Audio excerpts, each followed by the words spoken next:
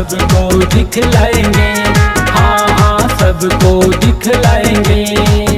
हम हिंदुस्तानी, हम हैं हिंदुस्तानी, हम हिंदुस्तानी, हम हैं हिंदुस्तानी।